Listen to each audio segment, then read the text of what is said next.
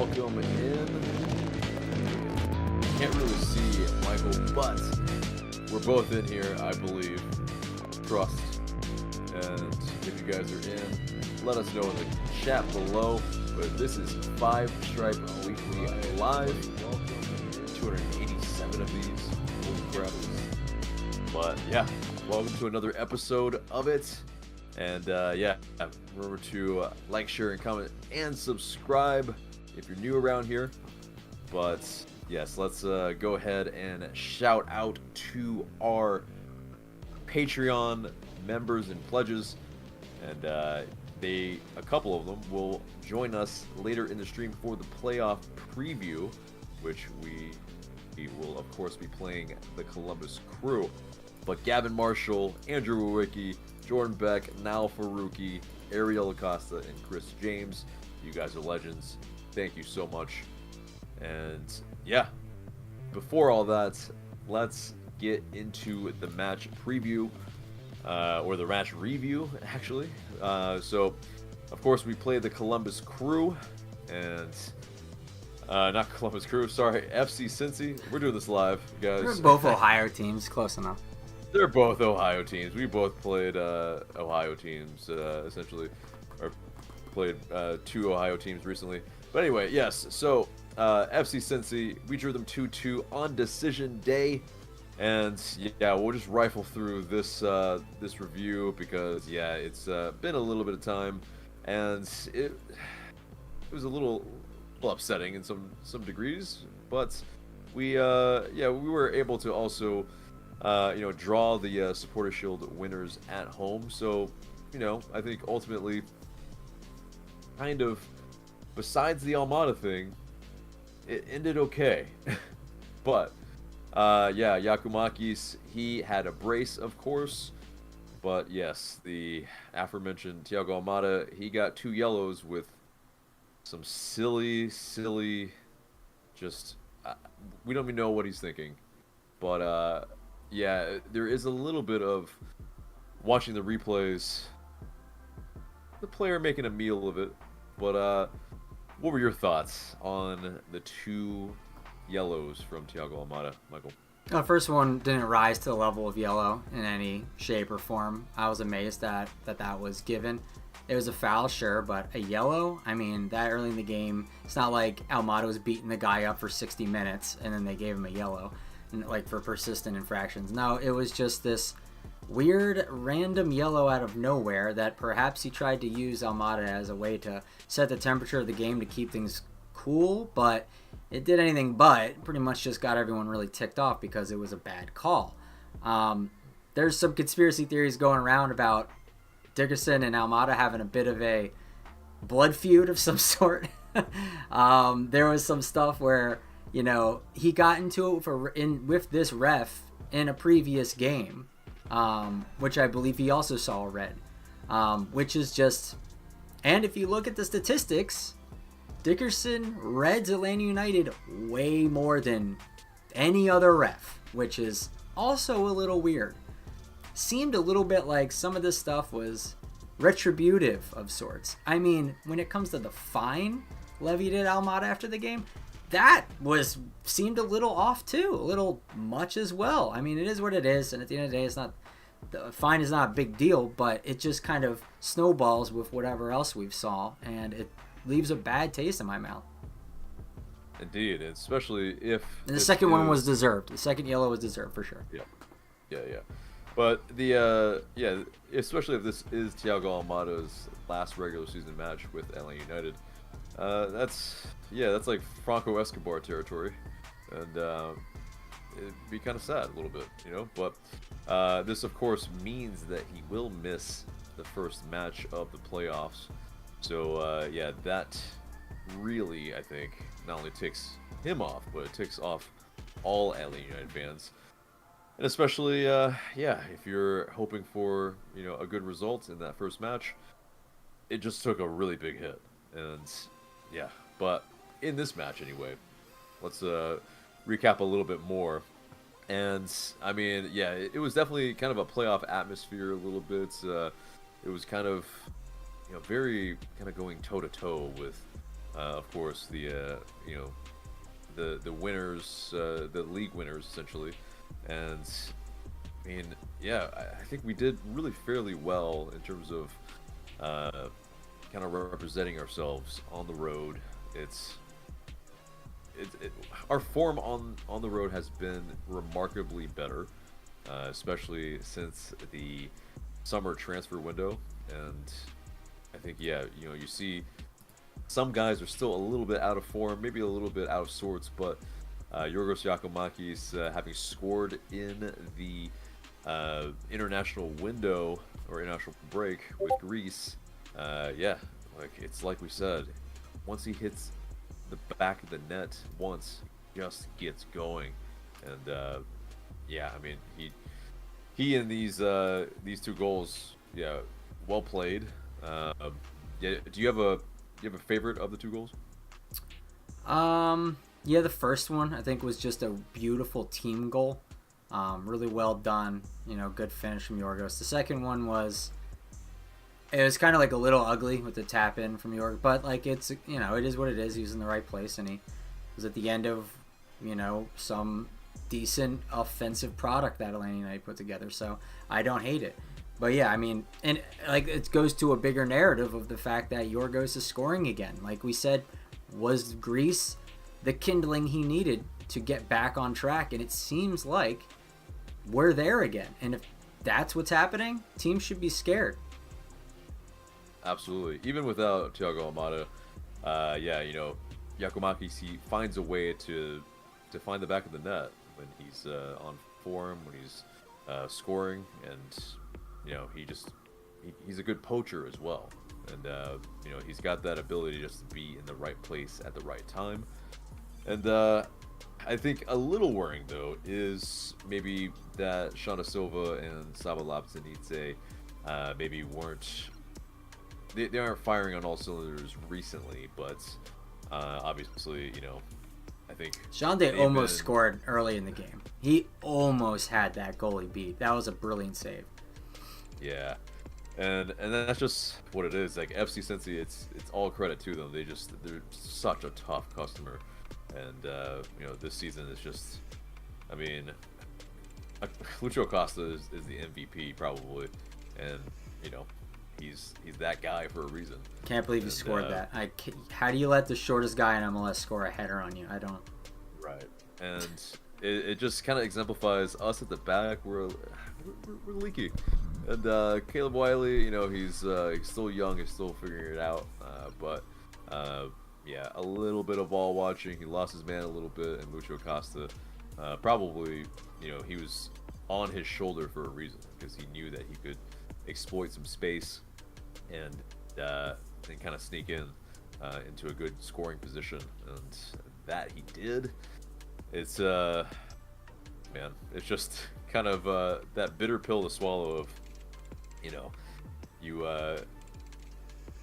it's the guy you don't want to score. Like he's the guy that always kills us. You try to mark him, you try to just make sure you can neutralize him, but he just finds a way, and yeah, it's just ultimately we you know, we are just on the road. I mean, it's good enough, I think, in this sense. It's a good enough of a you know, kind of, I guess, practice in a sense, like you know, practice to be a lot better than we have. And so, especially since we will have to go back to Ohio, especially in the playoffs, you know, kind of playoff atmosphere a little bit. This is a good little barometer test. Yeah. So it's something that, you know, I think ultimately does us some good.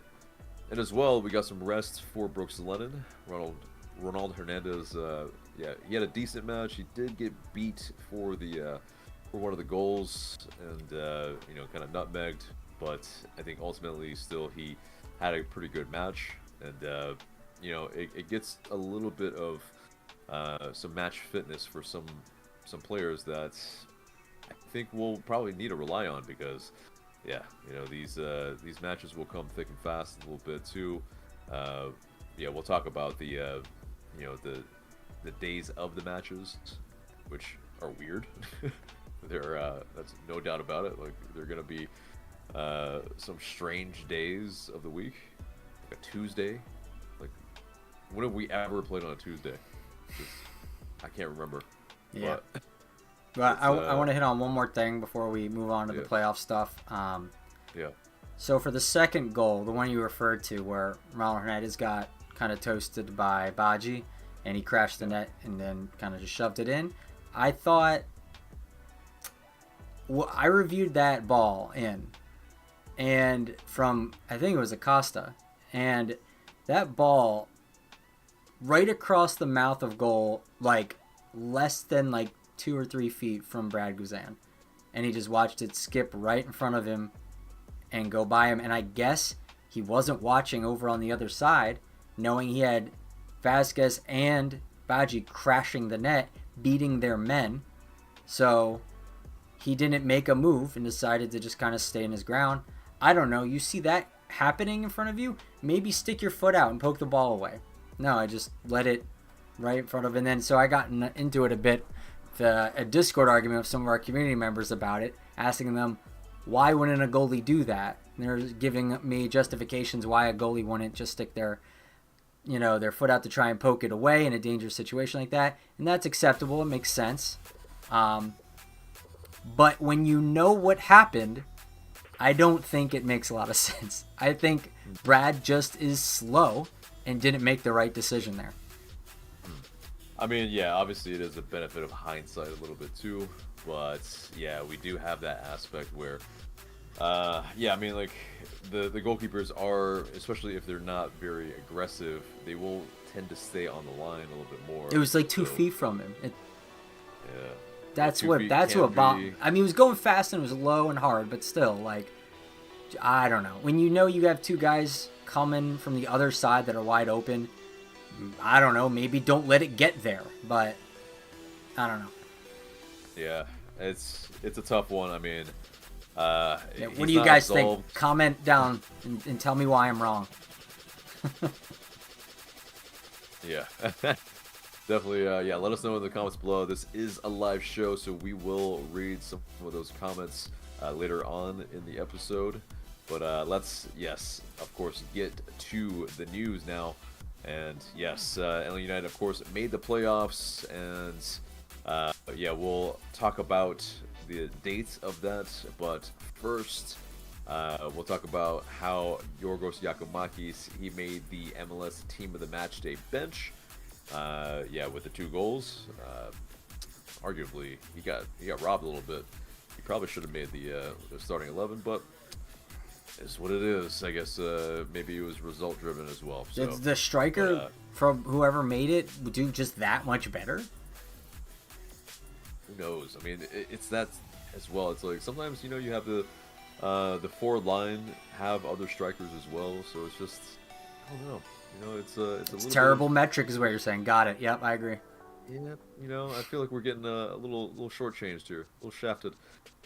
But and in terms of that, I mean, Yorgos Giacomakis, he finishes with 17 goals on the season, 0 of them penalties. And if you look at it from the MLS Golden Boot conversation, he led the league in non-penalty goals. So, Buongo only had 16, non-penalty goals. So, yeah, maybe we need to give Yorgos Giacomakis some of that shout. And as well, he of course missed a good number of matches, whether through injury or yellow card suspension.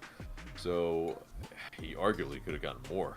I mean, it's just he was on a torrid pace for a minute in the summer, and so yeah, it's a little bit dang, like it would have been good to get him an MLS Golden Boot, but maybe hopefully he sticks around. There's a rumor from Fabrizio Romano saying that he might get some interest from kind of the non-top 5 European leagues, and I don't know. I mean, that would be interesting. I don't know if he or LA United would do that, but what do you think? What do you think about those rumors?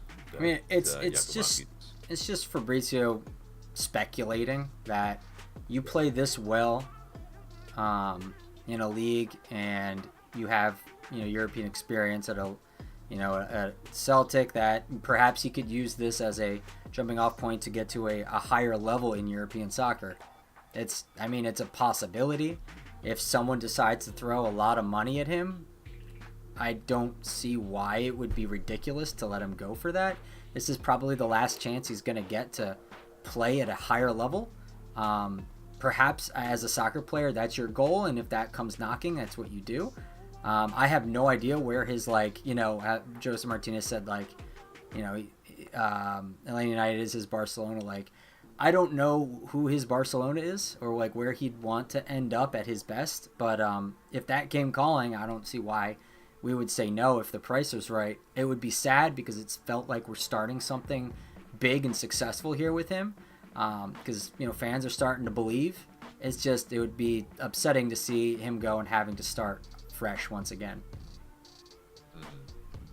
And it's a great point, and it's just one of those things where it's really, where do his ambitions lie? And yes, he is getting paid pretty handsomely here, but yeah, it really, I guess, begs the question: how much would he get somewhere else? Would he be starting? I mean, I guess it's just does he want to win trophies somewhere where he might not have thought he could have? Because when you play at Celtic, it's pretty much a 2-team league there, and he was able to play in the Champions League as well. So he's got the taste of that already. So I guess it comes down to something that we probably don't even really have information privy to.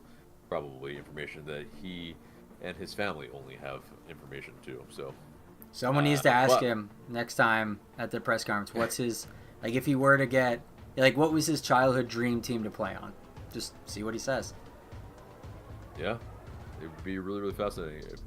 Maybe it's a Greek team. So maybe. But who knows? But anyway, so moving on from that, in terms of league leaders as well, Thiago Almada, he was the league leader in assists with 19.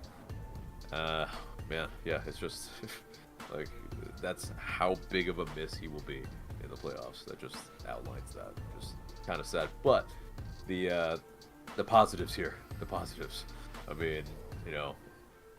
is there a favorite assist from the season? I'm putting you on the spot. But a favorite assist? Oh, man. I'll help you out a little bit. So I think it was at Yankee Stadium, and he was taking a corner, and he was able to kind of take it short. I think played a 1-2, and then was able to lob it up for Yorgos Giacomakis. But it was just clever, really clever play, and he just put it on a plate for Yorgos Giacomakis to head it in. So I think that one was my favorite one. It's probably hard. Because a lot of his assists come in the same flavor. They're all very not all of them obviously, but a lot of them are very just nicely done. Like you said, put it on a dime, and then the person just really has a giant opening and an opportunity to do whatever they want with it. So it's hard to pick one when you look at a field of options that are all very good. So it's just kind of like his it's what it's just what he does. It's how do you pick out a good corner kick from Thiago Almada? It's they're all pretty good. Occasionally he'll screw one up or two, but it's they're all and as a product of that, a lot of them kind of become non-memorable because it's why do I remember a pass that's he does so often? But yeah, and it's fair. There's so many times where the players, all they had to do is just put a foot on it or a head on it. And I think there was one where Brooks Lennon, all he had to do was just take that volley. That was a pretty sweet one. Yeah, I remember that one. Yeah, I forget which one that was, but definitely in terms of Thiago Almada as well. Of course, previously alluded to, that the MLS disciplinary committee, they fined him an undisclosed amount for failing to leave the pitch in a timely manner in the 51st minute. And yeah, this also again exemplifies how long we played without Thiago Almada.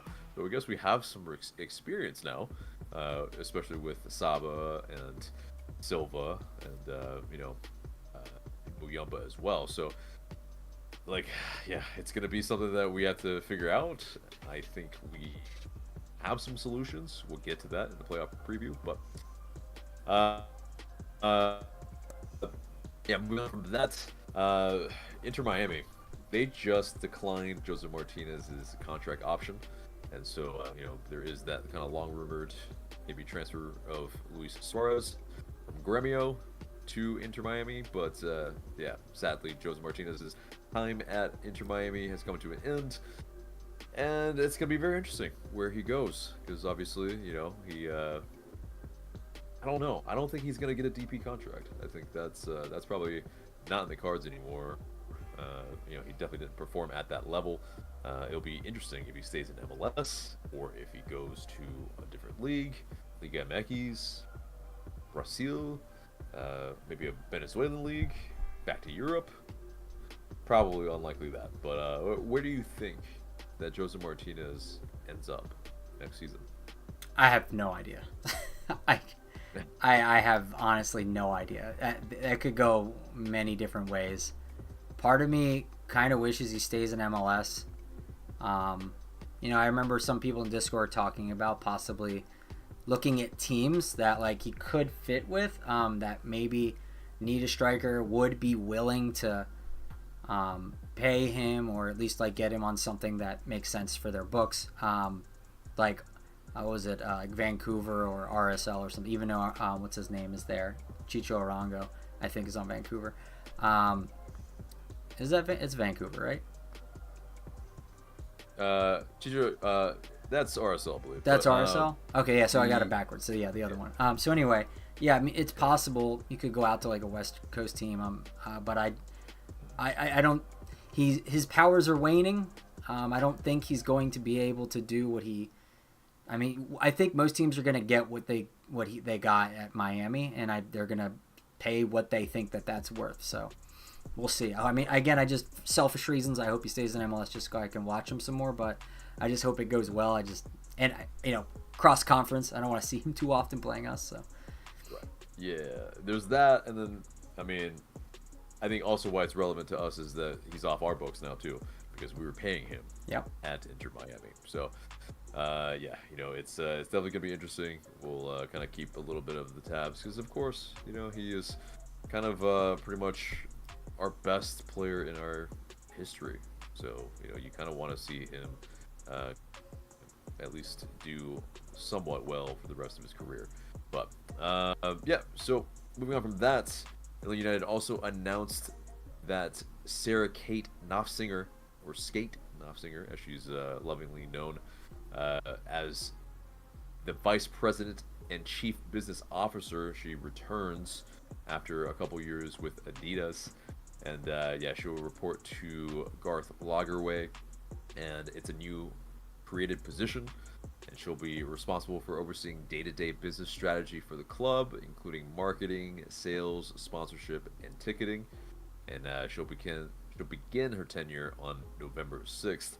And yeah, she, of course, previously was with us from 2015 to 2020. And yeah, she definitely brings some very gifted talents, rather, in kind of helping us kind of establish us as what we were. And so, yeah, definitely, I think it's a big signing in the front office, essentially, to get us to maybe our previous heights. But yeah, I don't know how much you know about Knopfsinger, but yeah, do you have any thoughts on this? Yeah, just that, fans who knew of, like, a lot of fans will have known of her if you were, around with like fan engagement type activities with the team back in that time. So like a lot of those people who were around like supporters groups and things, this is a person you probably know. and you have good, warm, fuzzy feelings about. So you're happy to see her return. So, that's a positive. Another positive about this is that this is an indication that Garth Lagerwey is continuing to build out the front office so it resembles a real front office. So I'm happy that that's the case, because that is something that's been postulated, and I tend to agree with that. We had a very kind of bare bones front office skeleton type ship for a while, because they felt they just kind of could get away with not having one. But it seems like now Garth has evaluated that we need one, and he's getting one. So I'm happy to see that.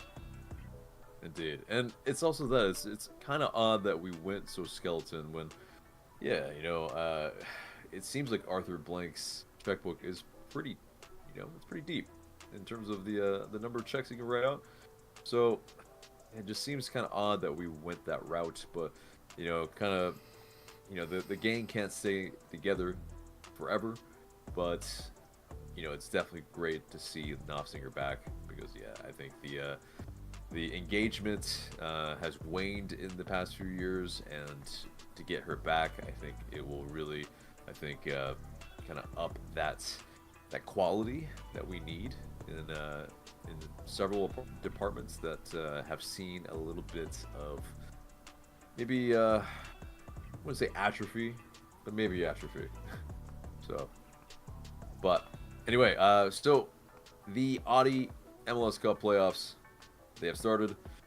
Currently, New York Red Bulls are beating Charlotte FC, so we'll find out ultimately what that scoreline is, and of course SKC and San Jose Earthquakes will play as well in the wild card matches. But we'll get into that playoff preview in a second. But for us, our matches against the Columbus Crew are Wednesday, November 1st.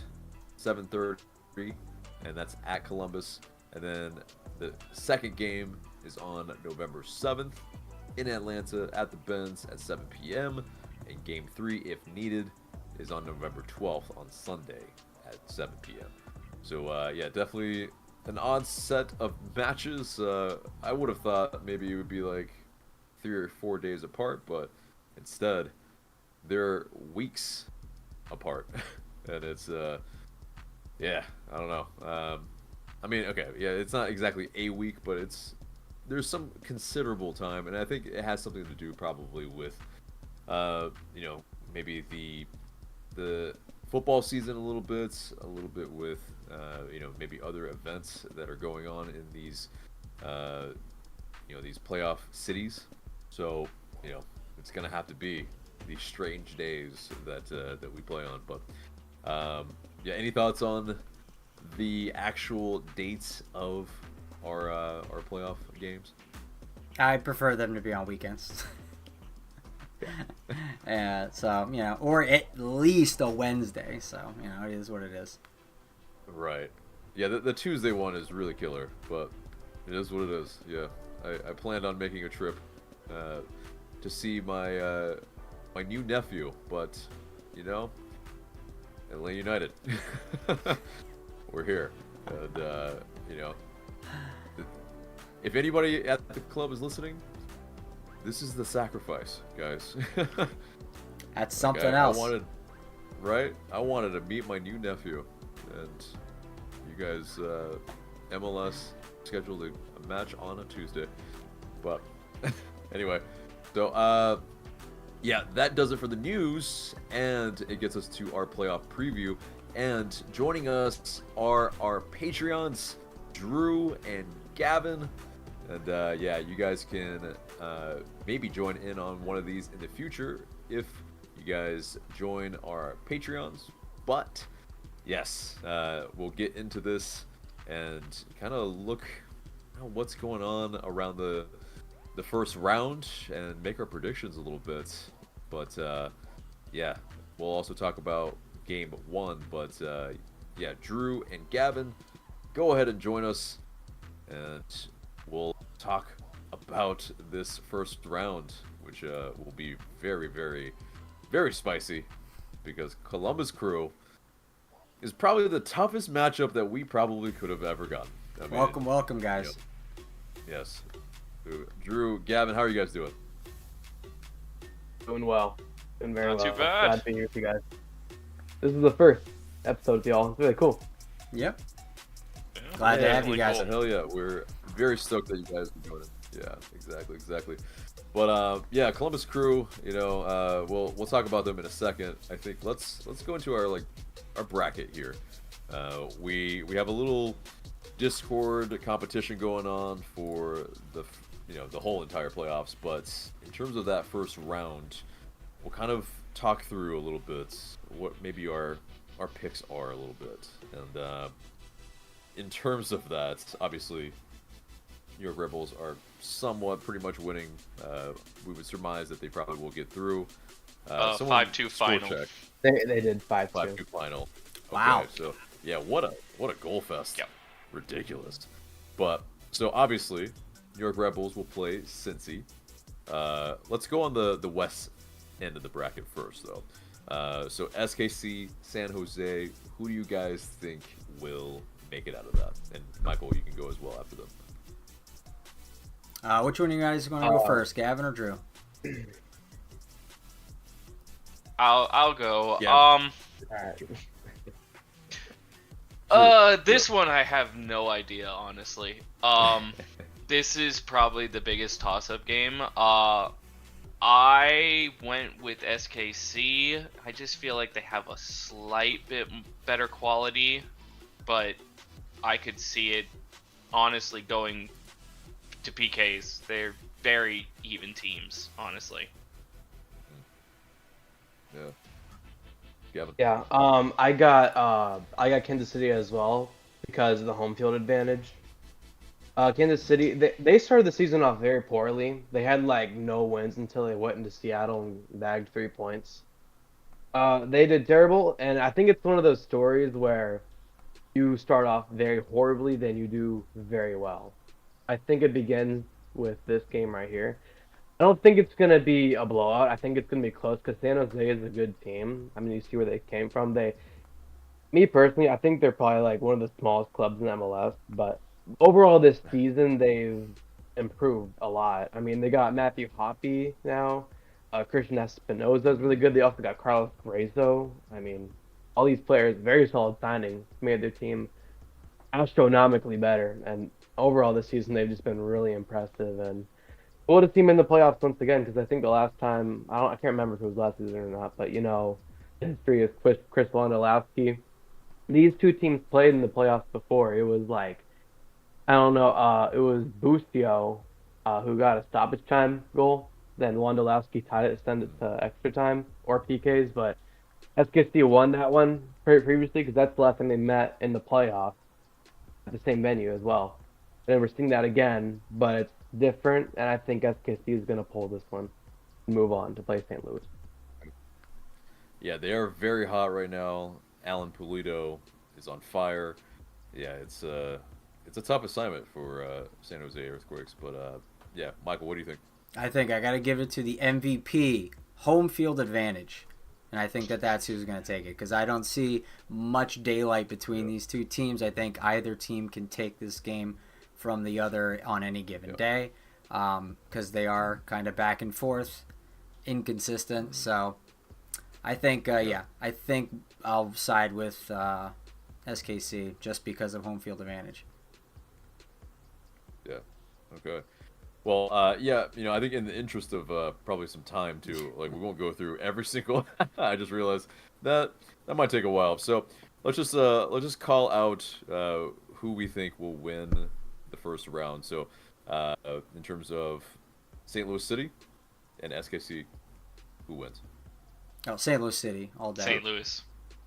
St. Louis. Home field advantage once again. Okay. They may be the expansion team, but they're still, again, home field advantage. Hands down. Mm-hmm.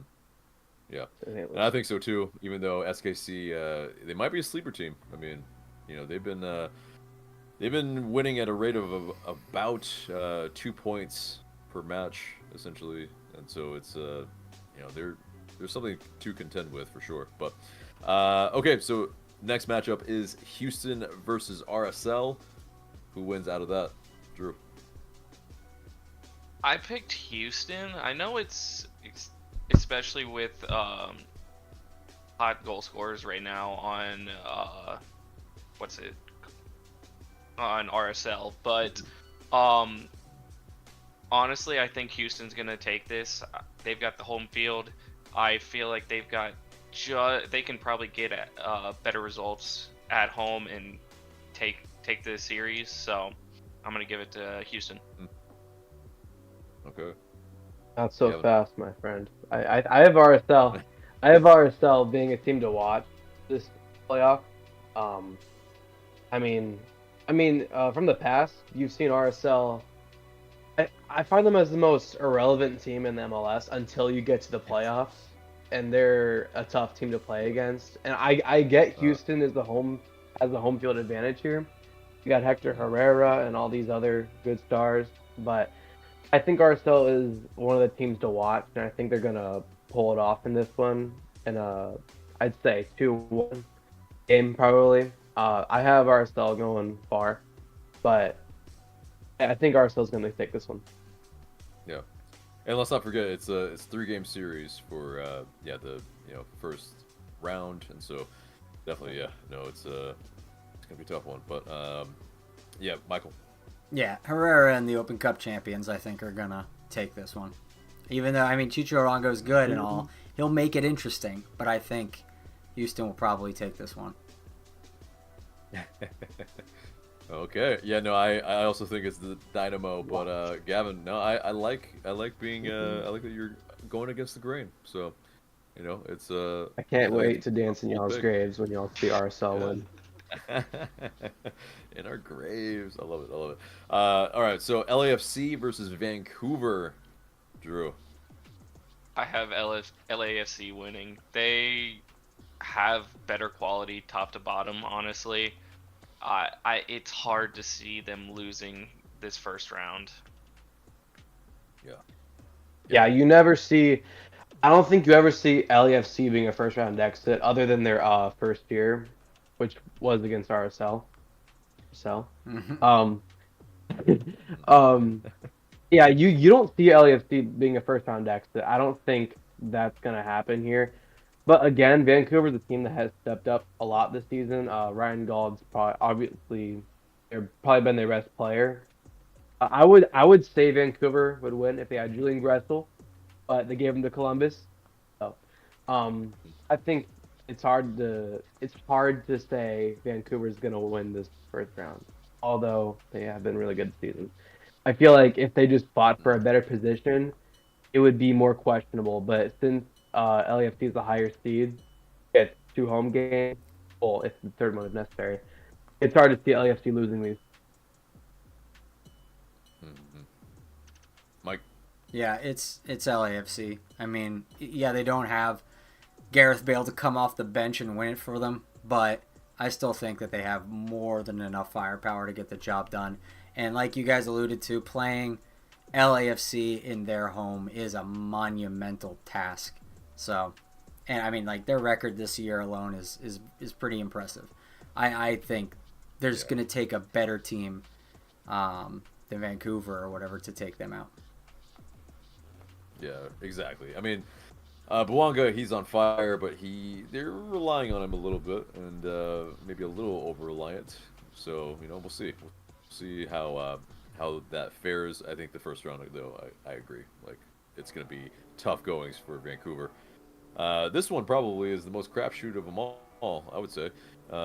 Seattle, Dallas. Who do you have, Drew? I have Seattle, just because they're the home team, and Seattle's home stadium's usually a fortress. So I see it being very tight games all the way through the series, but Seattle just squeaks through. I agree. I was going to mention, I think this is going to be the most tight one that we're going to see in the first round. I think it's going to be, I can see Seattle taking game 1. FC Dallas will take theirs at their home, but when it comes back to the third game, I think it's a very close game, but Seattle's going to take it in penalties. I think this is probably the most tight you'll see it get. But those are 2 evenly well teams, especially if they're both really good at home. I like Jesus Pereira. He's phenomenal. Seattle, Albert Rusnak, Christian Rodon, all these players. I mean, on paper, they're just scary good, and I think it's fairly even. Yeah. But Seattle.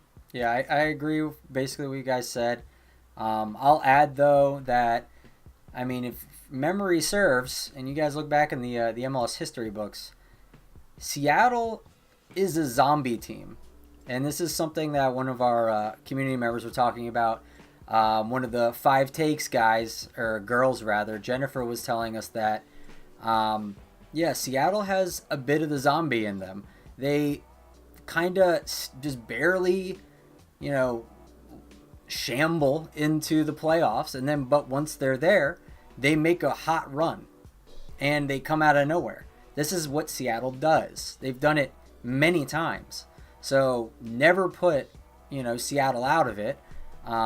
Even if they don't have a very good, I mean, we had interviews earlier this year with one of the Seattle, super fans on their fan channel, and they were telling us about how Seattle's had a really rough year. They let teams come in and boss them around in their house, and, things have got to change. It's very difficult to watch. It's not the same Seattle, blah, blah, blah.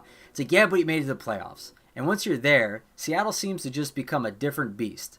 So, I mean, I don't know why someone would bet against Seattle early in the playoffs. It just doesn't ever seem to work out. I will be that guy. So I think Dallas will win, and I think it's for these reasons. Because, Dallas has kind of been that team that's... Talk about sleepers. I mean, they played Inter Miami with Messi on the team really, really well. And Alan Velasco as well as, Jesus Ferreira. They're a couple of, firecrackers that's... talk about wild cards. I mean, those 2 players, they can do some things that I'm not sure this old and kind of jaded Seattle side can really pull it out. So, I don't think they do the business, even though, they might have a lot to play for in Nico Lodero's last dance a little bit, but we'll find out. But I think it's Dallas, and I'll be the one to go against the grain on that one. But all right, so on to the East. Cincy versus RBNY. New York Red Bulls. Drew, who do we have? Who do you got? Cincy. They've been so dominant all year. I don't see them getting knocked out in the first round, especially to a Red Bull team that squeaked into the playoffs here. I see them going very deep this year. So. Yeah, Do this you one's a believe in no-brainer. the Supporter Shield curse, though? What curse? LAFC won both last year. I They're don't, the anomaly. I don't know if they win it all, but they definitely have. They're definitely getting out of the first round here. Okay. Yes, Gavin. Yeah, I think this is a no-brainer. After the season, I have not thought about the curse until now, but I know we saw LAFC do whatever they did last season. That happens, but that doesn't mean the curse is just going to stop. But I still think it's a no-brainer. I don't see FC Cincy, no matter what curse there is, I still think Cincy's going to take this one. I mean, if it was Charlotte to take this one, take one against the Red Bulls, I think it'd be more of a no-brainer. But I think it's a little more interesting that the Red Bulls advance. And I think they'll make it just a little more interesting, more than Charlotte would. But I still think he's gonna always find a way to win the game. Win the whatever happens, since he's still gonna advance. Win the series. Yeah. Series. Michael. I mean, Charlotte really honestly didn't belong in the playoffs this year, so they got rightfully kicked out by a not great Red Bull team. So, I mean, it is what it is. A Red Bull is just a team that can randomly hurt you, just because of their style and the way they play. They can surprise you and they can sneak out wins once in a while. But on average, they aren't that good, and that's been shown in their lack of MLS Cup victories. And they can do okay in the playoffs, but I think this will be if they lost this game, it would have been like their 5th back-to-back playoff loss, which basically indicates they've lost first round for the last 4 years. And that's obviously not good. So, yeah, I don't really think Red Bull ever is considered to be a contender deep into the playoffs. At least they're enough to beat, Charlotte. Cincinnati, though, I mean, this was almost a historically good team. They were close to breaking the points record. They're something crazy. I don't think any team has really been able to just straight dominate them this year, in a way that is sustainable and repeatable. I don't think that's happened. I think teams are still kind of scratching their heads on what to do about facing a Cincinnati. So that's something I don't think the Red Bulls are going to be able to figure out anytime soon. It's possible they could just sneak a win in their series because they do that sometimes, but I don't think that they're going to take this series. And I also want Cincinnati to go a little bit further and then to have a heartbreaking loss. That's what I'd really like to see. And if it's a hell is real conference final, and that's the second best thing if Atlanta's not there. Fascinating. Yeah, likewise with me. FC Cincy, it's just New York Red Bulls. There is a possibility, like we're all saying, that they have kind of that style to be the antithesis to FC Cincy, but I think, in a 3-game series, it's just too tough. If it was just a 1-game series, yes, could see a surprise, but I don't think it's going to be happening in this first round. But I think this one probably the easiest one to pick. Besides that last one, Philadelphia and New England Revolution. Drew, who do you think? Philadelphia takes it. New England's been spiraling ever since Arena got fired. I don't see them recovering anytime soon here. So I think it's a sweep for Philly. Yeah, I agree. Like you said, ever since the departure of Ruth Arena, the New England's been down spiraling. I think they're gonna get out. The talent is still there, but it's not gonna be enough to beat Philly. I don't think. I think Philly's still gonna take this one. Yeah, I think it's gonna be a Philly sweep too. I can't see New England. It's possible Carlos Seal could pull out some magic, and I'm sure he will. I just don't think it's enough to stop a torrent of goals coming at you from Philadelphia if Philadelphia plays the way that they typically do. So we'll see. Yeah, and Philly, they've found some other ways to play as well. They've gone away from always playing the diamond, so there is that kind of factor of the unknown, especially in a 3-game series.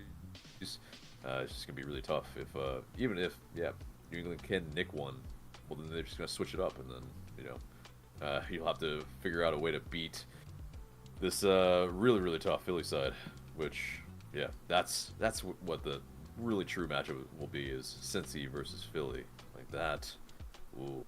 But we'll skip over ours, of course, and go to Orlando versus Nashville.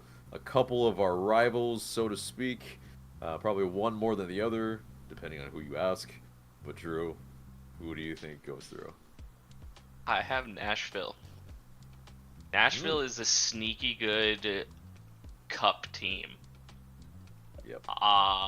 Mukhtar just needs a little bit of time to start getting hot, and he could absolutely take over this series, and I think he will, honestly. So I have Nashville taking it.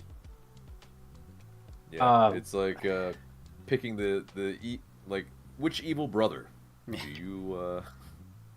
So, Gavin. I think Nashville already had their opportunity in Leagues Cup. I don't think so. I think Orlando's gonna win this one because they've just been good this season. I think this is like gonna be one of their best seasons in a while. Because at first they're a team that is not known for being so dominant and even making to the playoffs. I think they had a glimpse of that in 2020, but they got knocked out by the Reds. I think this season we could see better of them. Unfortunately, my heart says Nashville's gonna win, but my brain says Orlando's gonna win because I think they'll take game one, and you know how Orlando's been on the road this season. They're gonna take game two as well. I think Orlando's gonna win it.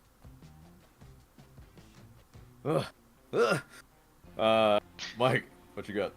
I have Nashville going forward. A, because I really want that to be the case, and B, because I think, part of what Drew said is true. Nashville is built to do well in tournaments.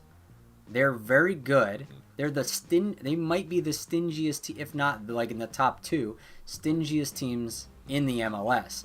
They don't let people score on them. Unless that's that one game where they played Atlanta and they let 4 get hung on them. But that's an anomaly. That's an outlier. Outside of that, they've been very stingy. I don't think Orlando is going to be able to get a goal against them at Nashville's home. I think they might be able to draw in Orlando's home. Going back to Orlando for the third game, if it goes to that, I think Nashville will be able to just put in an incredible tour de force when it comes to defense to stop Orlando. I think the question is Orlando's offense good enough? Do they have a top elite offense to be a top elite defense? Because I don't think, granted, Nashville's offense is pretty good too, but I don't think it's like far and away better than Orlando's. I think they're fairly similar. Mukhtar is better individually than any of their players, I think, but Orlando's chemistry up top has been pretty good. So I think they're fairly even on offense. I think Nashville's defense is the thing that separates them. It's just that good. Yeah, it's really great points all around, and it's I think it comes down to that too. Is that defense is going to be really, really tough to break down. Especially, they're shameless. Like there's that type of team that they don't have to try to attack. Like they don't have to have the ball. They don't care, and they just need a moment of magic. And Mukhtar to Jordan Zimmerman, you just need one header and put it in the back of the net. They'll probably sneak through with a couple of 1-0 wins, or maybe a penalty shootout win. Who knows? But yeah, I think it's Nashville for me as well. But yeah, it is that. It's, man, I really don't want to see Orlando either. Get past there, as they're just the perennial bottlers. It's you got your U.S. Open Cup win. I think it's a bit of an anomaly as well. But yeah, I just hope for kind of our sake as well that we don't see them succeed and get through. But all right, well, let's get into our preview then. And of course, our match is on Wednesday, November 1st. And yeah, Columbus Crew, like I said earlier, is the toughest assignment that we possibly could have gotten. Because yeah, it was either Philly, it was either Orlando. I think we played both of them pretty tough, but Columbus Crew, they've had our number. Yes, we drew with them at home, but yeah, that earlier match in the season with Almada, that was a 6-1 loss. That that still rings really, really true in my head. And Don't remind me. yeah, it's a deja vu, unfortunately, because we will not have Thiago Almada, of course. And yeah, it brings so many questions of what this lineup will look like, how we will play. Just, yeah, so many questions. But Columbus with, of course, Cucho Hernandez, with, of course, Darlington Nagbe, who, of course, won an MLS Cup, not only with us, but with the Columbus Crew. And there's a good bit of continuity in this Crew side still. Yeah, a good number of the star players have either been moved on or whichever. But Wilfred Nancy, he definitely has them playing really, really good ball. Bastos at the bends, of course, as well. Haven't even mentioned Julian Gressel, Diego Rossi. I mean, it's just this team is so deep, and this is the team that you don't want to face in the playoffs.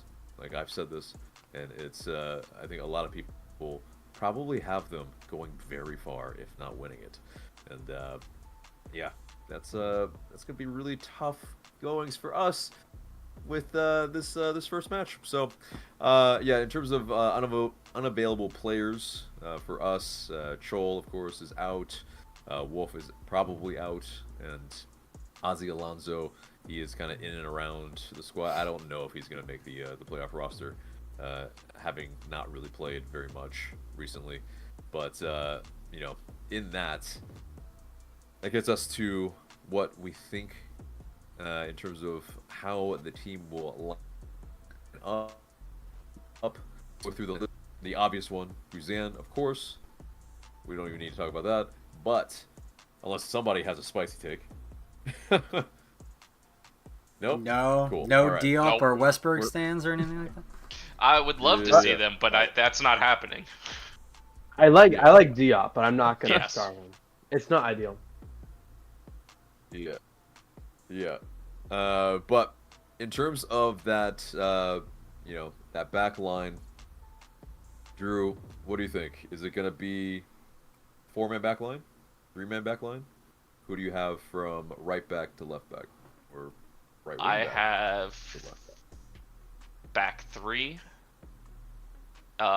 Just because midway through the season we were playing this formation a lot. That 3-4-2-1 basically.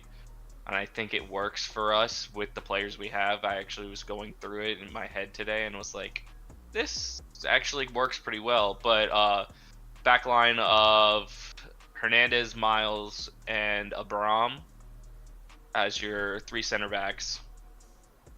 Just because Hernandez gives you a little bit more mobility and speed compared to Parada. So I feel like that'll be a little bit better. Then your wingbacks are Lennon and Wiley, with Rossetto and Miyamba in the center. And then your 2 behind Giacomakis is going to be Saba and Silva. And I think that works because those 3 have already done it a little bit toward the end of the year. They've interchanged their positions pretty well. So I think that works. That formation works pretty well with those 3 up top. The only issue I see with that formation is how do we get the ball from midfield to forwards? That's the biggest question to me. Indeed. I mean, as well, I mean, it's like that 3-man back line, yeah, you have the height-ish. I could see how that can play because, yeah, Hernandez does have that playmaking ability. Maybe he can step in, into maybe kind of the right back position easily. In that sense, Lennon can kind of free roam a little bit, or Yes. That could be interesting. Or maybe Saba moves, a little bit more into the interior. Or if it's Silva and Saba, they interchange. So yeah, definitely very, very interesting indeed. That lineup, I like it. Gavin, what do you think? Likewise, he couldn't have said it any better. I think it's just going to be interesting only because we don't have Almada, and I know we didn't have Almada last time we went to Columbus. So I think it's going to be a challenge, obviously, especially playing in Columbus. But yeah, you got it's the exact same thing he said, really. I mean, Guzan, goalkeeper, Abram, Robinson, Wiley, Hernandez. I got a back 3 as well. I got Rossetto, Uyumba in the midfield, and yeah, I got Saba, Silva, Giacomakis at the top. I think the key for Giacomakis can't get a yellow, or else you don't have that outlet. That's the thing. You can't get a yellow, or else you're in trouble. Even with Almada too, because it's going to be more tough. But same thing he said. Really, he said the exact same lineup, back 3, all that. Good. Okay. Okay. So 2 back threes. Mike, is it 3 back threes? I think so. I think I'm going to go with that too. I was debating a 4-man back line with right back and left back, pushing Lennon and Wiley back a little bit instead of wing backs. But I feel that a full defensive line, like, not full bunker, I guess, but like, I don't know, maybe some people want to do that. Maybe they think bunker down, weather the storm when we're away and then try and hurt them when we're at home, for the first game. But I think that's a mistake. I think with what the 3-4-2-1 kind of gives you is a little bit more of an ability to clog the midfield, and just settle into a mid block, not a low block, but a mid block. Then allow, invite some pressure from Columbus, try and hit them on counters. The problem with, like how Drew indicated a little bit earlier about where does the link-up play come from, well, it's going to have to come from the flanks. Because Columbus also loves to play in the midfield, and if we set up a low block in the midfield, it's just going to be calamity. The ball, when it gets out, it's going to go to the wings. Then that's where the wing backs come in, and that's where that link-up works with our wingers. Unfortunately, that's not the best recipe, because then that relies almost exclusively on us desperately crossing in and hoping something gets on Yorgos' body parts. So and that's never something I want to, resign myself to being, this is our strategy and this is the only hope we have. But I think that away is probably the best way to try and get a result, not just a draw, but perhaps a win. Because like I said, Columbus will try and play down the middle like they did against us before. They were very good at it. Very good possession, build up from them. They can go either way. They will adapt. They will start going down the wing when they realize that we're really just mucking up the middle, making sure nothing can get by there.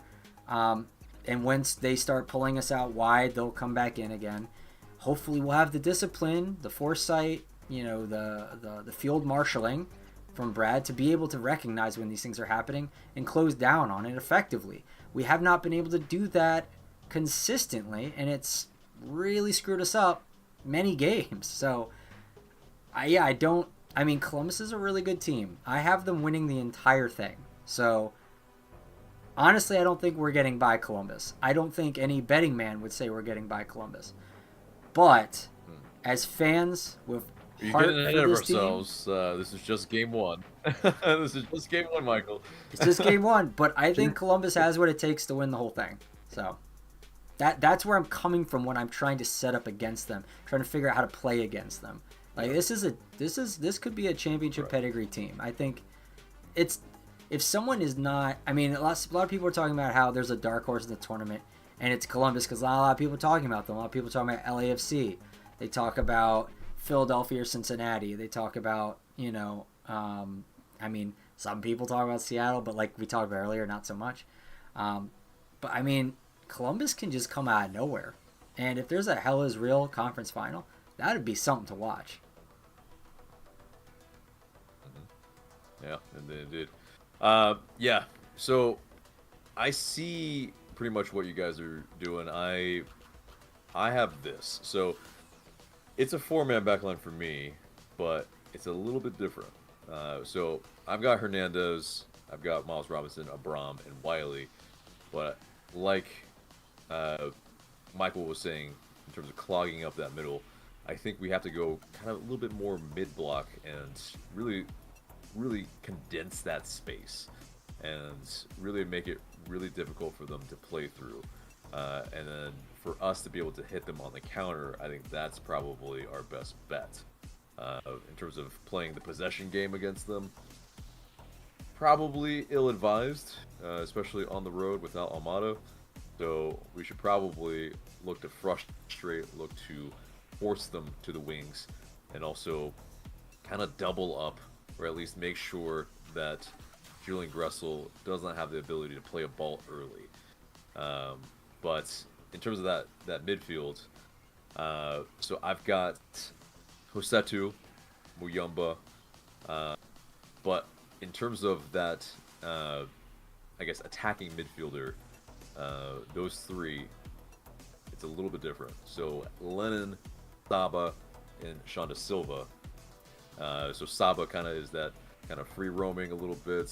Maybe, like I said earlier, with Drew's lineup, maybe they interchange a bit, but there's some fluidity. And basically, Lennon can drop back if we need to. If we need to really weather some storms, if it's getting really dire. It's probably going to rain in Columbus, because it always does. It's probably going to rain. Yeah, it's that type of season as well. But yeah, and it's, of course, Yakumaki's up top if he's healthy and if he can play. So, yeah, I mean, is it the winning recipe? I have no idea.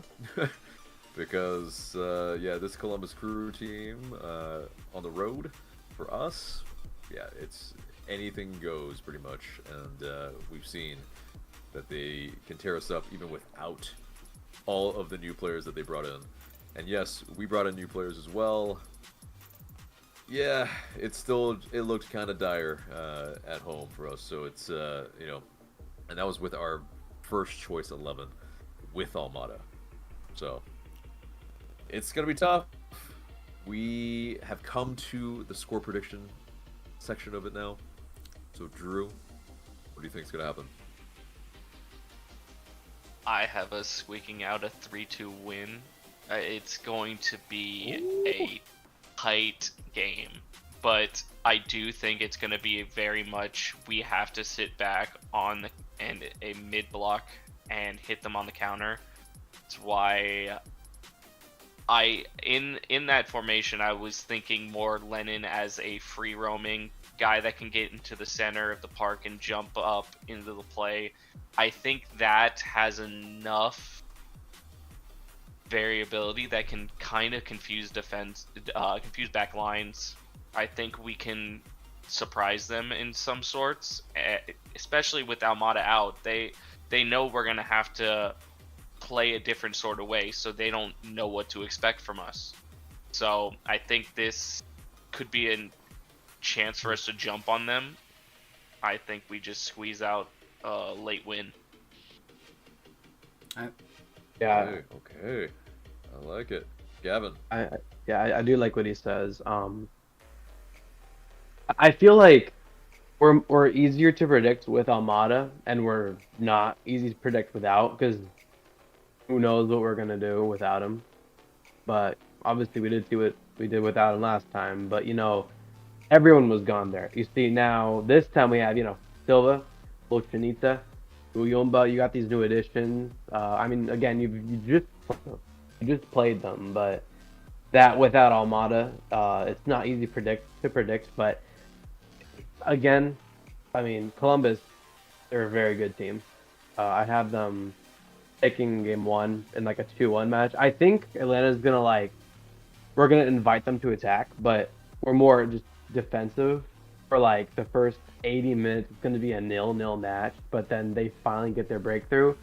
However, I think in stoppage time we equalize, and then it's or no, does it go to extra time or go straight to penalties?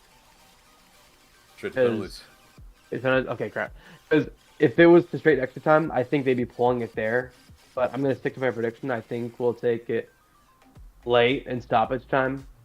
And I think Clem's going to pull away on penalties because, you know, from the past, I don't believe we've ever won on penalties before. So We have not, I think that would unfortunately. Unfortunately, I think that would continue there.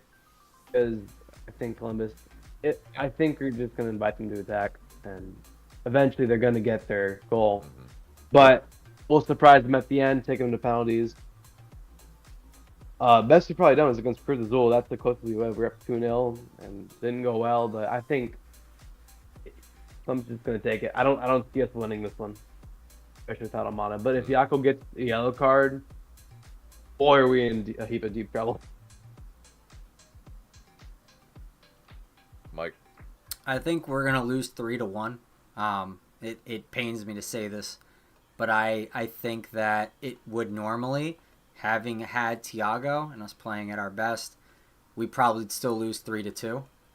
I think we're going to probably miss a goal from Thiago, or at least like an assist that he puts up. I think Yako's probably going to score one, just because he's going to find a way. He's going to will it. I would love if someone else stepped up and did it, one of the other guys. It's possible. But I think because of how good Columbus is and how that we're playing in their house now, I think it's going to be a really, really tough ask to do that. I was a little curious because, like AJ, you were saying, perhaps changing the formation / where certain players are on our team.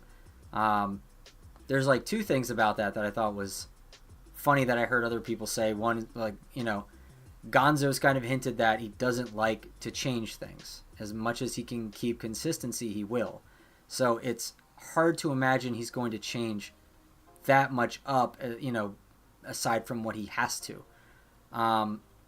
In addition to that, I remember Jason Longshore responding to me on Twitter one time saying, well, it's not super strange for a team to like not have a plan B. It's pretty normal for teams to just have one way and that's all they do and that's all they know. Like, players aren't going to be able to think about 2-3 different play styles and formations and stuff, especially while they're playing, when they're switching up. So it's very common everyone just does one and that's about it. Because I remember my question was, why the heck don't we have a defensive posture when we're playing away? Because our away record is so damn bad. And that was his answer. So, I mean, with those two things in mind, it's hard for me to imagine we're going to drastically switch up anything. But something Drew said reminded me of something, or triggered something, in that, what if we did something that, just because we are a little more unpredictable without Thiago, what if we just threw in, like, I don't know, start Mascaro over Saba and see how that works? Maybe that throws off what calibration Columbus had on us, how they clocked us in the first game, and how they clock us now. It could throw them off a bit. I mean, it didn't work what we were doing against them the first time, and that was at home. It would be, as they say, like, you do the same thing over and over again and expect a different result. Like, it's the definition of insanity. So I don't know if just going headlong, same as we always do, right into this game again and trying that. But also, we did so well against Cincinnati. When we have good results, Gonzo tends to solidify what got that result. And it'll be like, okay, this did well, let's do that again. I don't know. It's going to be, I think we're going to lose, but I just wish there was something more we could do, like a little more tactics-wise. But those things I just said make me think, of course it's not going to be that. Well, yeah, to refute, I think, what you're saying about Longshore and, what basically he was saying. I mean, I think we did change. We changed during the summer. We played with a 3-man back line with wingbacks. We also, within matches sometimes we used Lennon as more of an inverted fullback at times, allowed the wingers to stay wide. I think we have been, learning from the sins a bit from the season, and in that, I think, essentially there's one player that is essentially moving positions. Yeah. Saba, right? And so, it's pretty much a very similar lineup to last match, except that Lennon is playing. Yeah, I mean, I agree with you. I think Jason's a little off on that. And I think the reason he said that is because at the time, we didn't have the personnel to really play any other way. Now we do. I think Saba, like you're hinting at, I think he's the kind of player who can make a change on the fly, or can say, coach comes up to him right before a game and goes, hey, by the way, we're going to have you do this instead of that next time.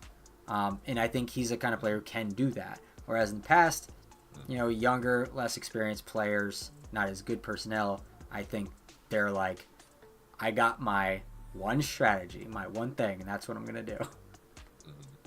Right. And it makes complete sense because, the younger players, they don't have the wherewithal to maybe take in all that information and be able to implement it at game speed. And that's, sometimes the difference. And, you need to be able to read the defense and what they give you very quickly, and be able to, like set up either your defense, either be able to play through them if if you're an attacker. And so it's I think with Mosquera, I don't know if he's got the fortitude to be able to adjust as much as maybe Saba Lapshanidze. So I don't see maybe entrusting a playoff game, a starting position to someone that's young like him. And so because I had the thought of maybe, okay, what if we play Fortune in midfield, but it's just the inexperience, like to clog it up, and we don't really have very many midfielders that can, I think, kind of do what he does a little bit later on in the match. Like Sadic is not exactly as physical as Fortune either. Like we've been utilizing Fortune later on in matches to kind of close out matches, and that energy, that steel that he has. His powers are better applied when he's going at tired. Like maybe these players are better than him on paper, but when they're pretty tired, he can level the playing field a bit with his physicality. So yeah, I think it's smart to use him in the way he has been used. Exactly, especially without Ozzy Alonso. But hey, you never know. Weird things have happened, and that playoff experience. I mean, he's a guy that definitely can shore some things up as well. So yeah, no, it's definitely going to be very, very interesting what happens. For me, it's also a 3-2 loss. It's just really tough to see how we can get past them, in Chicago, or not Chicago, at Ohio. This is like a really tough sentence for me to say for some reason. I'm just that pained that this is a loss, and but it is what it is, and it's gonna be, I think, that for me, heart and mind, like Gavin said earlier. They want different things, but yeah, the sensible part of my mind says that Columbus are just too tough. Who scores the 2 Atlanta goals besides you, or who scores the other one besides Yorgos's? Or does Yorgos score both besides to you? Yorgos? Yeah, no, I think Shauna Silva or Saba can get on the scoreboard, if not both of them. I mean, who knows? You never know. But maybe it's not Yakomaki. But I think our attack is fine, probably. It's just how many will we let in? Who's taking the free kicks? I think it's probably going to be Silva or Saba. Lennon maybe? Lennon Lennon always does sometimes.